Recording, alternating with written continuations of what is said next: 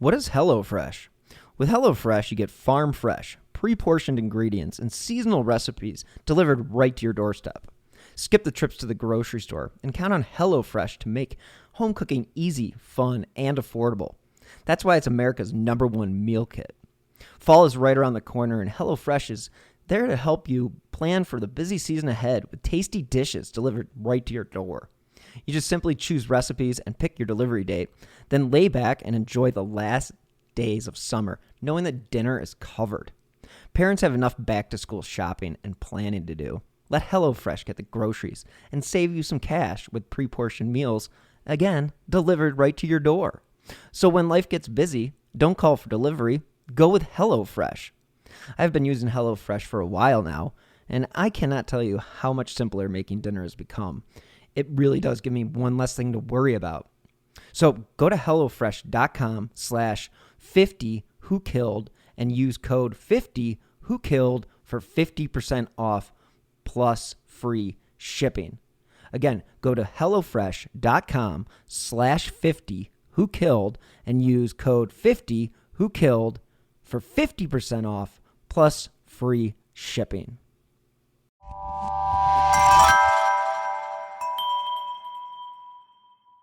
Slow Burn Media and Evergreen Podcast presents Who Killed, a podcast that provides a voice for the voiceless. Nearly 4 decades after a young girl disappeared, a jury has convicted her killer. The jury found Steve Pankey guilty of kidnapping and murdering 12-year-old Jonelle Matthews in Greeley. She disappeared back in 1984. Pankey's first trial had ended in a mistrial, but this time it took jurors less than a day to reach a decision. 9 News Crime and Justice reporter Matt Jablow is in Greeley, joining us now with more on the decision. Matt? Tom, Jonelle's parents said they often thought this day would never come, but now that it has, they're overjoyed and deeply grateful. I just want to cry. 38 years after their daughter Jonelle disappeared, Jim and Gloria Matthews said justice delayed was not justice denied. What did I feel when they announced the verdict? Well, obviously relief. In December of 1984, 12-year-old Jonelle Matthews was kidnapped from her home in Greeley. Her body was finally found 35 years later in 2019 by oil workers digging in a remote field in Weld County.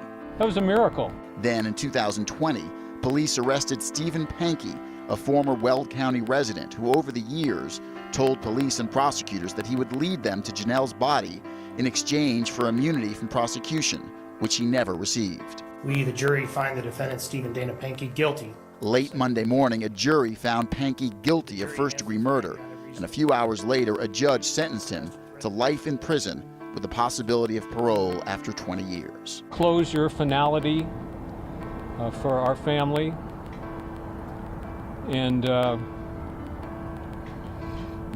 praising God for his help in this as well. I cannot forgive him for how he killed Jonelle. God is the only one who can forgive evil, and I feel that this is evil.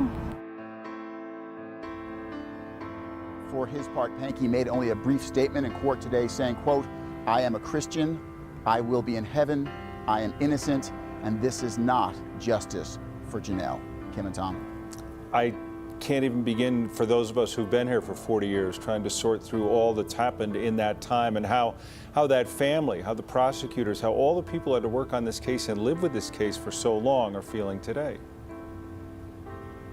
Tom, it was, as you can imagine, an incredibly emotional day, both inside the courtroom and afterwards outside on the courtroom steps when prosecutors and the Matthews family spoke. All right, Matt, thanks. 34 years later, and it is still unclear what happened to Jonelle Matthews. Police say no body has ever been found, no suspect ever arrested, but they're not giving up and tell us modern tools, among other things, might help them solve this case. Taped to the front door of the Greeley Police Department is a new missing person poster, but the case of 12-year-old Jonelle Matthews is decades older than even this building. The possibility that something will come forward, we have to just keep trying. Jonelle was a 7th grader in 1984, just finished a Christmas choir performance. Police said a friend and the friend's father dropped Jonelle off at her house.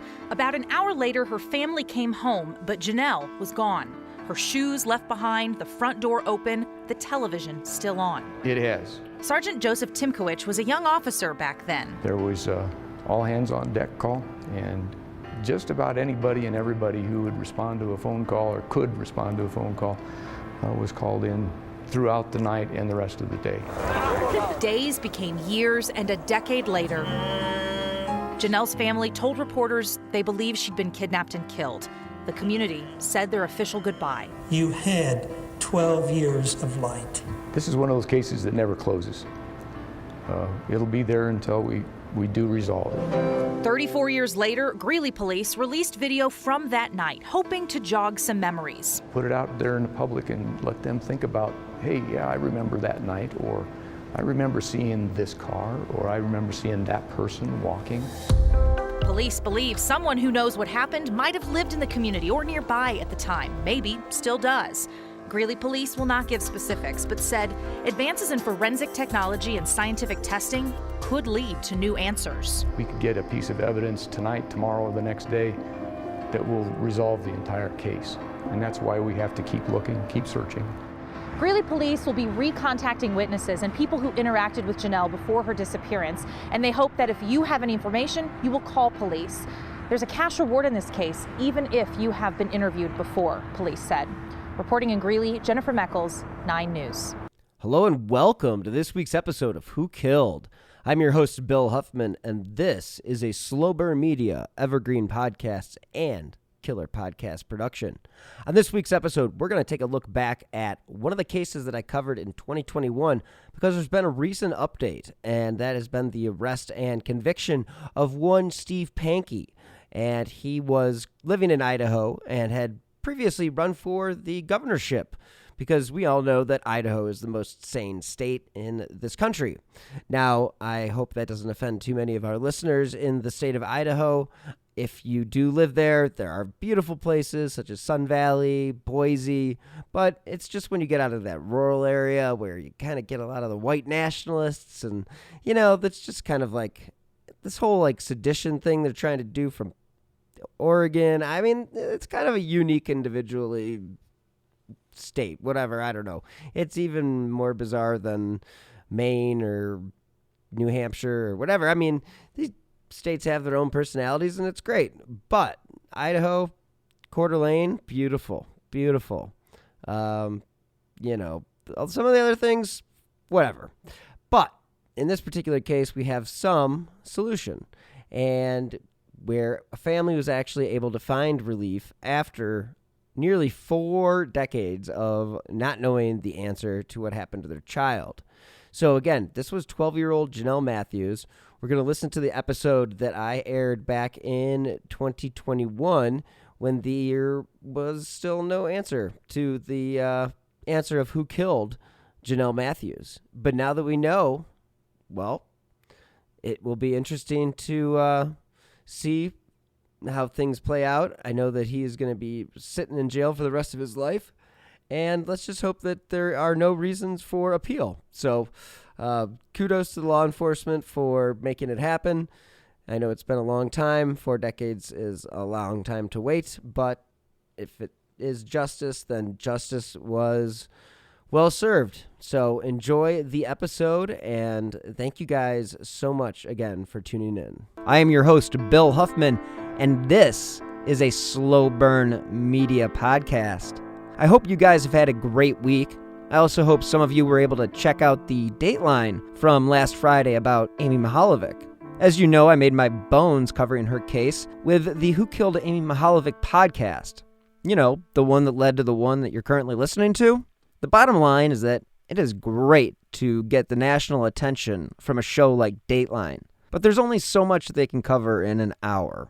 If you want to take a deep dive, I suggest the Investigation Discovery Lake Erie Murders 3-part series that covered the Mihaljevic case, or you can scroll all the way back to episode 1 of this podcast that I did on Amy. I believe there are anywhere from 16 to 25 episodes with guests ranging from her father to the chief of police to Phil Torsney to Mr. Renner himself, Nick from the True Crime Garage, Christy Gibbons, and, all the players involved. Again, if you're interested in learning more about that case, please go back and check it out. And you can either do it via television or via my podcast, Who Killed Amy Mahalovic. October 27th, 1989 is the first episode of that particular podcast.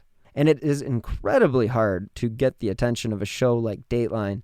And I know that when James Renner was writing his book on Amy, he wrote letters to the producers pleading with them to cover her case. All of his letters are in his Kent State archive. He has long been the leader of the band when it came to trying to get these shows to cover her case.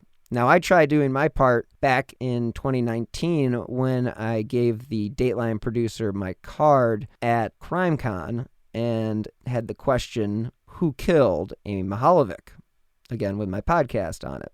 The show may not have brought us any closer to finding the killer, much like my podcast, but what the coverage did is it brought the power of the Dateline brand. And thanks to them, the case now has been seen by millions of people for the very first time. And it's not very common for Dateline to cover unsolved cases, but I'm certainly glad that they chose Amy's. Now we are left to wait to see what happens with this newfound publicity. But we're not here to talk about Amy's case. We could always talk about Amy's case, but today we are here to talk about another case from the 1980s and a 12-year-old girl by the name of Jonelle Matthews, who was abducted and murdered in a quiet suburb 50 miles north of Denver. And thanks to great reporting from the Coloradoan, the Greeley Tribune, the Idaho Statesman, and many more for covering Jonelle's case throughout the years. So I'm going to take you back a few days before Christmas in 1984 on December 20th. On this night, one family's life would be turned upside down, and a town would be left with a horrible mystery. This was when 12-year-old Jonelle disappeared. She was last seen about 8 p.m., entering her house at 320 43rd Avenue Court. Jonelle had performed in a holiday concert with the Franklin Middle School Honor Choir in Greeley earlier that evening. She was dropped off at home by a friend and her friend's father. Now, Jim Matthews, Jonelle's father, came home about an hour later after attending a basketball game for his oldest daughter, Jennifer. He found Jonelle's shoes and a shawl near a heater in the family room. And according to reports, this is usually when she watched TV, and Jonelle would sit close to the heater. When he couldn't locate his daughter, Mr. Matthews phoned the police. Now, there were footprints in the snow around the house, and the girl's disappearance instantly became one of the biggest mysteries in the history of Greeley. And Jonelle was in the 7th grade at Franklin Middle School. She was an active member in her church, Sunnyview Church of the Nazarene. And she is said to have been a very outgoing and independent personality. And at the time of her disappearance, Jonelle lived with her father, Jim, her mother, Gloria, and her sister, Jennifer. Greeley police officers said they had a reason to believe an individual with direct knowledge of Jonelle's disappearance might have resided in Greeley or the surrounding area at the time and might still be residing in the community. Police thought the person likely knew Jonelle and had previously interacted with the 12-year-old. Again, Greeley was about half the size that it is today, and it was basically considered a small town when Jonelle disappeared. The Coloradoans say Greeley was, quote, a place where kids rode their bikes on dirt roads past farmers' fields, explored ravines, and sold Girl Scout cookies door to door. On the night Jonelle was last seen, Christmas presents were already tucked beneath trees and holiday lights blinked from rooftops and reflected in the snow. Before Jonelle went missing, parents let their children play outside with little worry. Well, that all changed on a dime when Jonelle disappeared from her family's 2-story clapboard home in Greeley. Again, her house sat on a quiet street and caused parents in the neighborhood to become a lot more paranoid. And of course, investigators launched a wide-scale search. But again, this just led to more frustration for the investigators. An interesting fact is that her picture was one of the first to show up on the missing kids' milk cartons. And you can look it up with the article, I believe it was the Milk Carton Kids, and they do reference Jonelle. There was no trace ever found of Jonelle. There were no arrests and no evidential DNA and no answers. Of course, this was 1984, so a bulletin went out to area residents, and they were asked to aid in a countywide search for Jonelle Matthews, who had been missing since December 20th.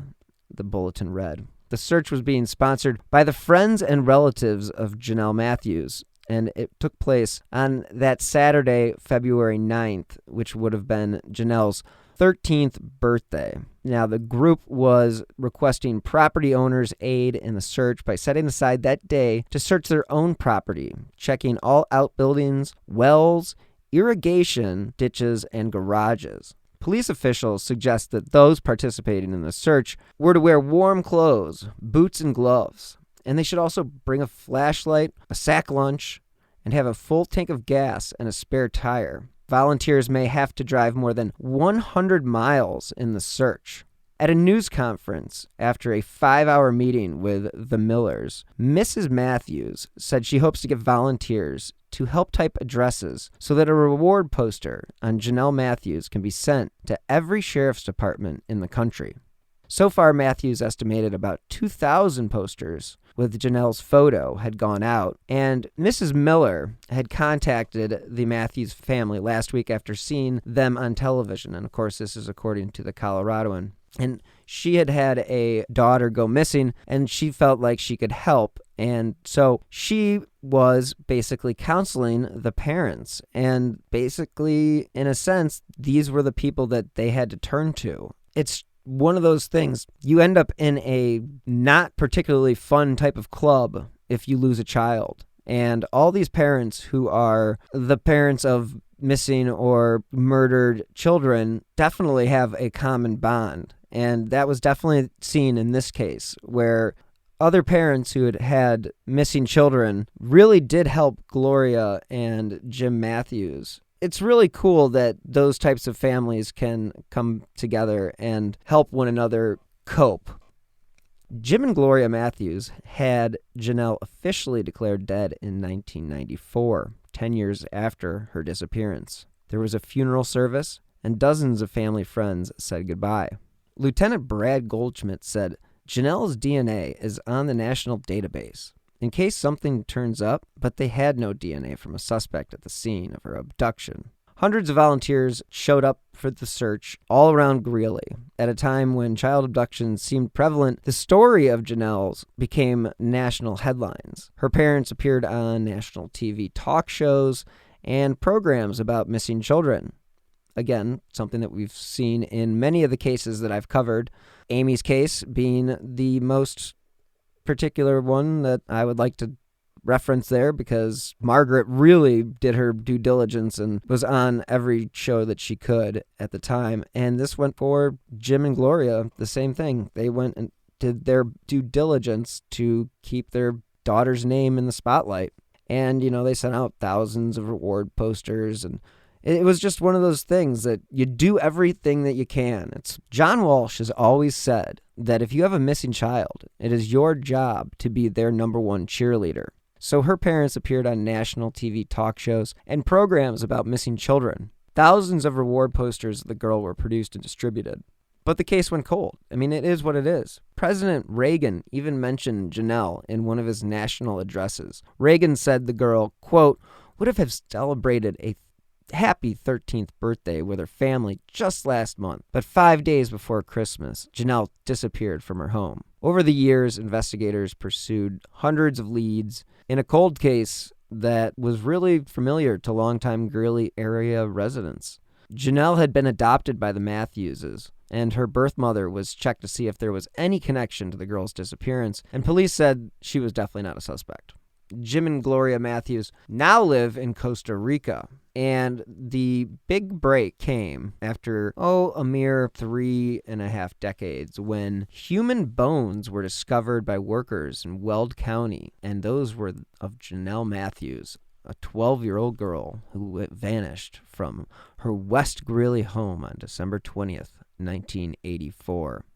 Despite initial extensive searches for Matthews and her face being printed on the side of milk cartons, part of the flood of pre-Amber Alert missing milk carton kids of the 1980s, her case quickly went cold.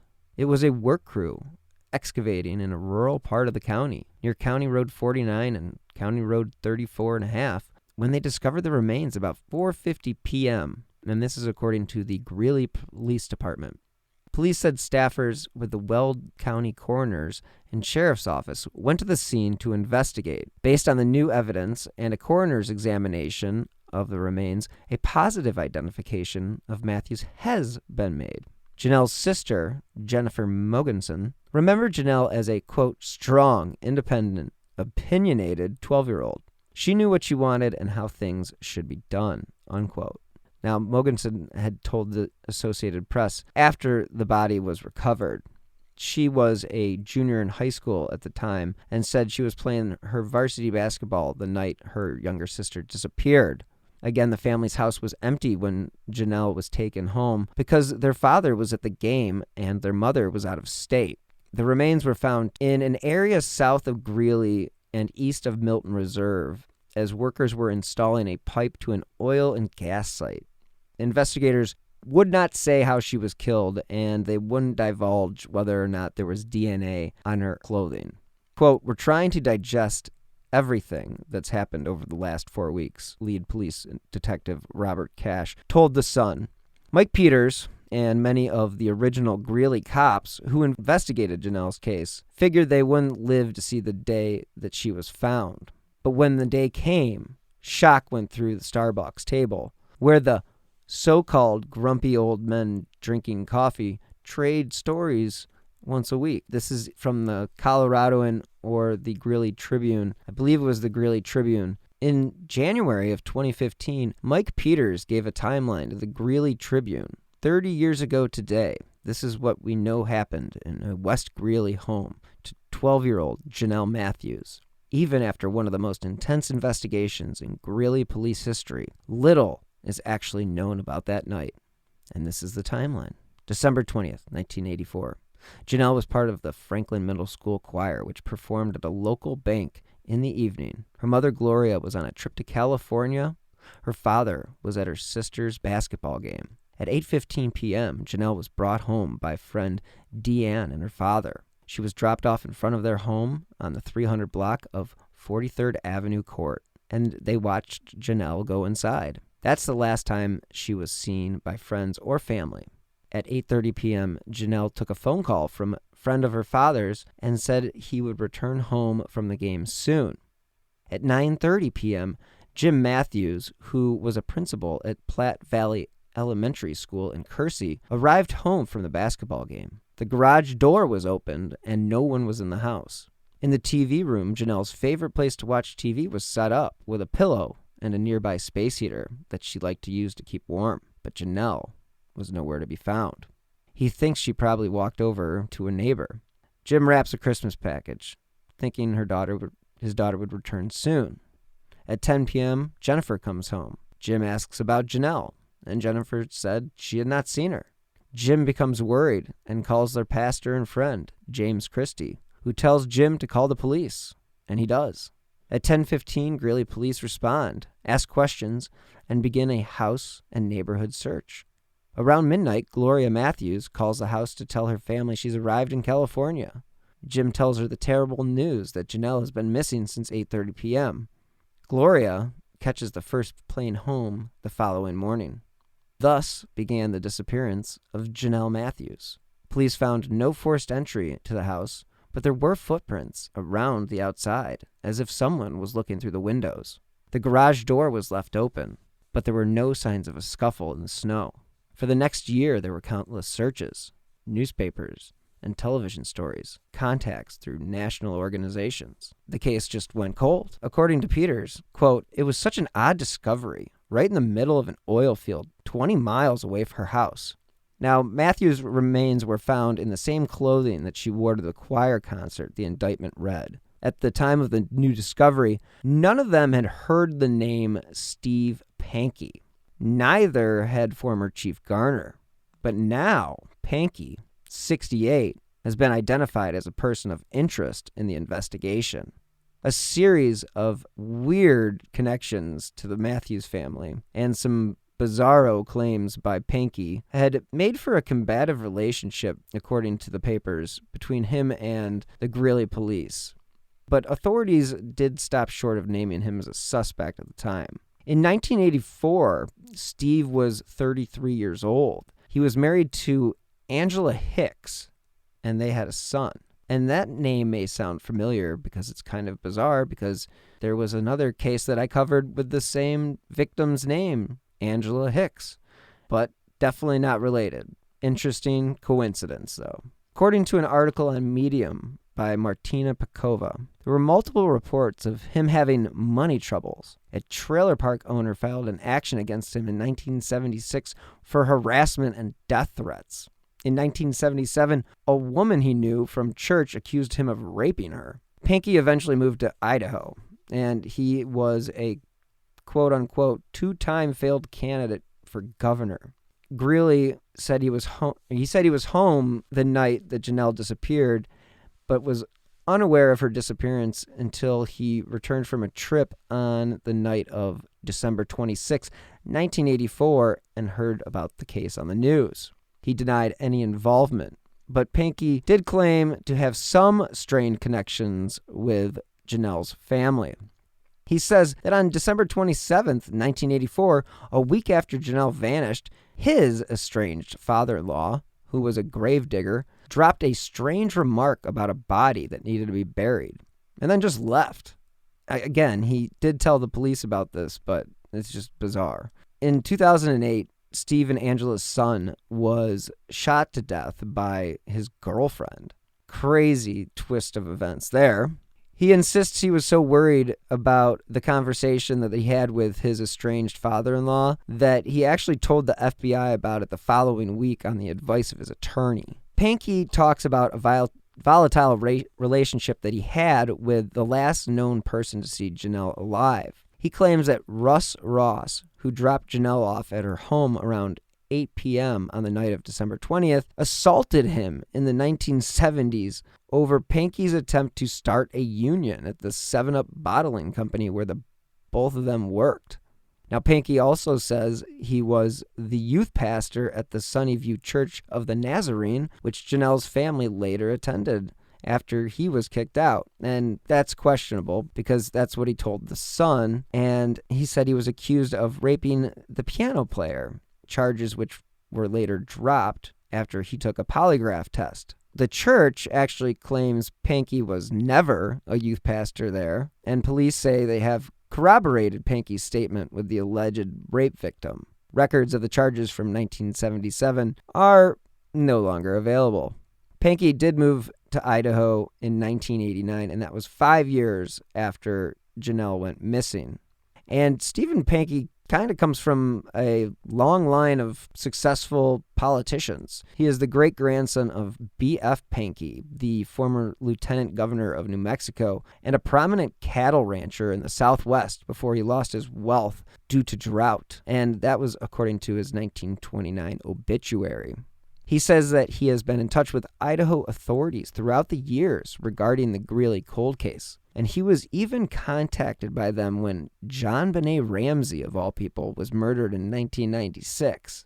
He told them that he suspects it was because authorities might have linked 2 Colorado girls who died at Christmas time.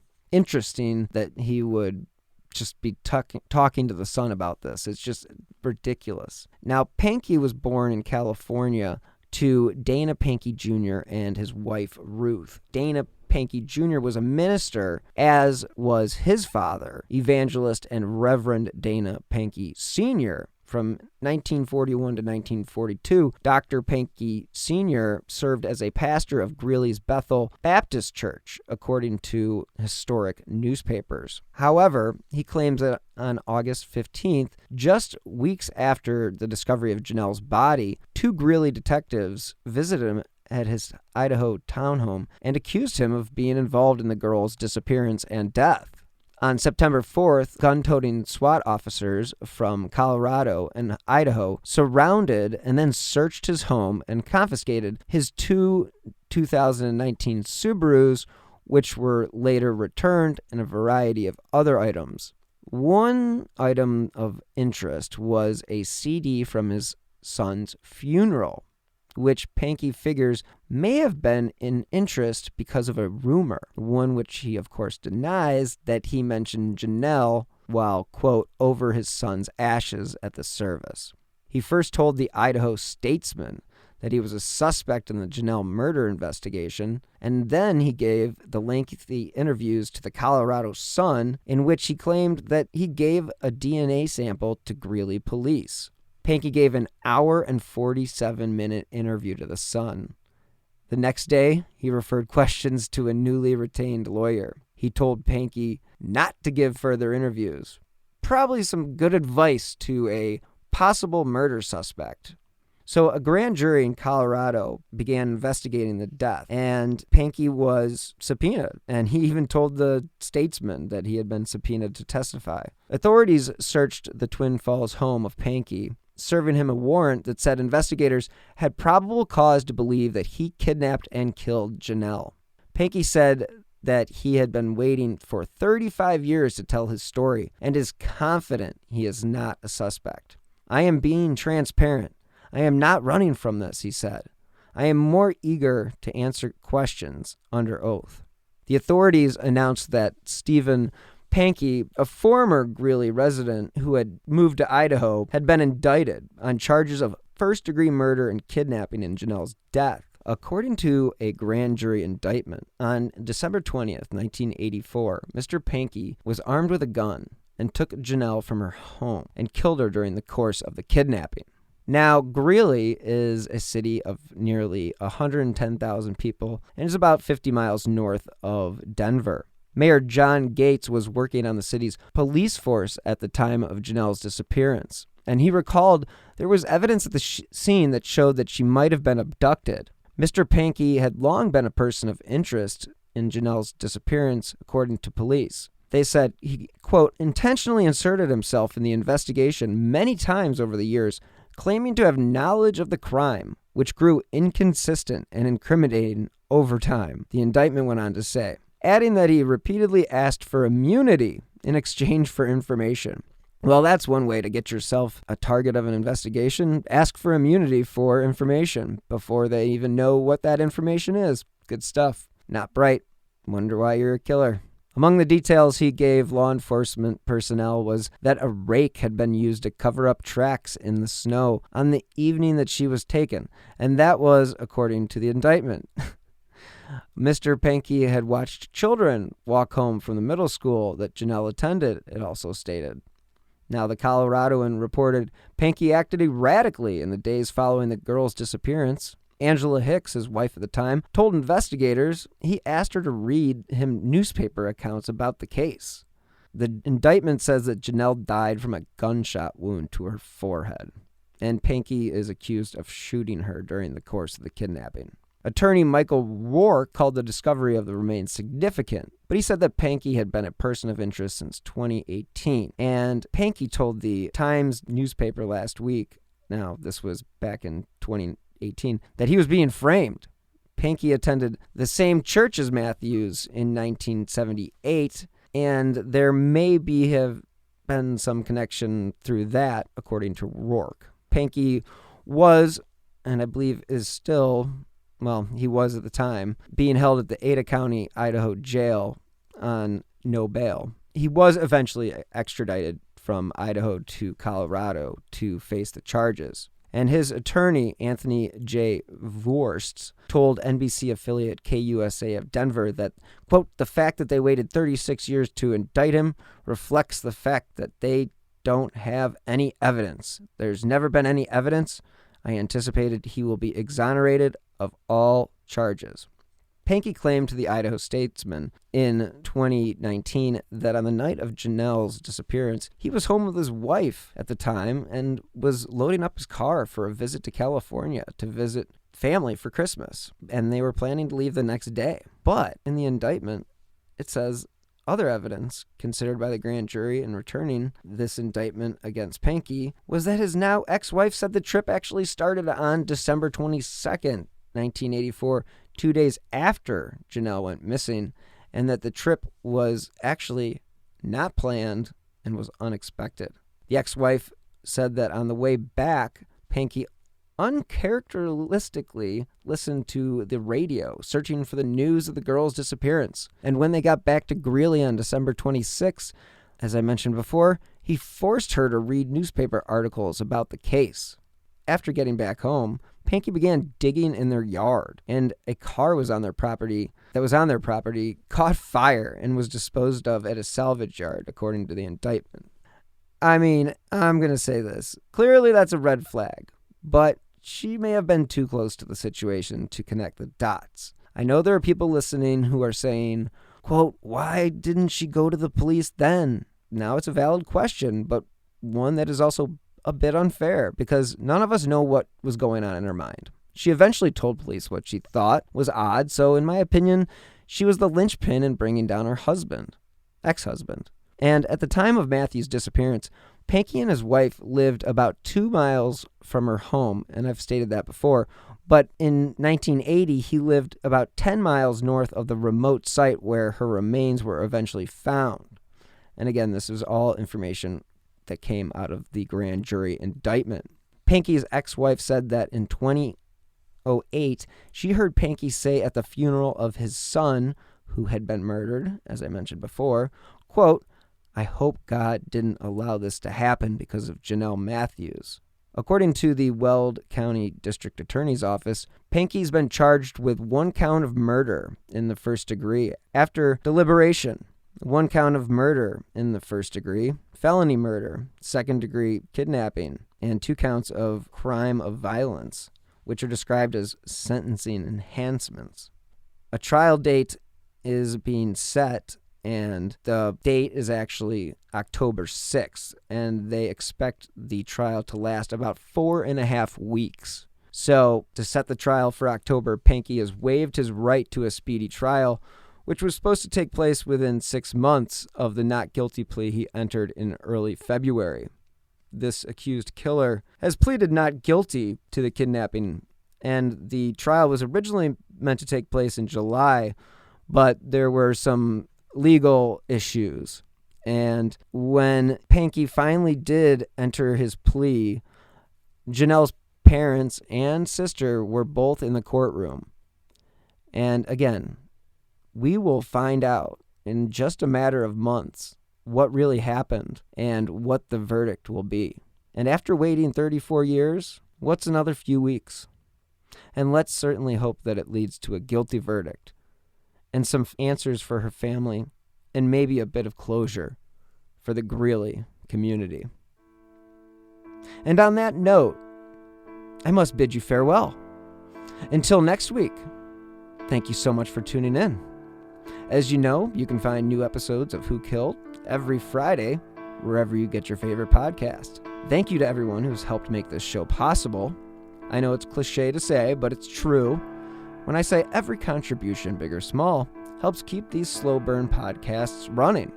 With that being said, if you do enjoy the shows, you can help support my podcast empire, which is far from an empire, via PayPal with my username at WilliamHuffman3, or if you have the Venmo app, you can use my username at Bill-Huffman-3. And you can also support the show by leaving a 5-star review on Apple Podcasts or wherever you listen to your favorite shows. Those 5 stars help to keep the important cases that I cover, such as all the unsolved cases that I've covered in the Spotlight. If you'd like to stay up to date on the new cases that are coming down the pipeline, follow me on Twitter at BillHuffman3. And again, thank you so much for listening. Until next time, be healthy and stay safe. Women's Running Stories, where we explore the intersection between running and life. Because every woman who is committed to a running journey has a story to tell, and this is where you'll find those stories. I am host and producer Cherie Louise Turner. I'm a 53-year-old runner, and together with original music by musician and runner Cormac Reagan, we bring these inspirational stories to life. Please join us to fuel your adventures. 3 a.m., the comedy horror podcast that holds weekly gatherings around the campfire. Let me tell you what you're going to get. You're going to hear stories about demonic possessions, prison stabbings, skinwalkers, glitches in the Matrix, cult leaders, missing 411, night marchers, Operation Paperclip, Mesopotamian devil worship, and so many monsters it'll give Kanye West a runaway for his money. Pop and meme culture also aren't off topic. A camp where laughs and scares are constantly competing for first place. We're just a group of friends trying to bust each other's balls, find the best stories, and expand the circle in the process. 3 a.m., the comedy horror podcast, not for the faint or fragile of heart. Let's go.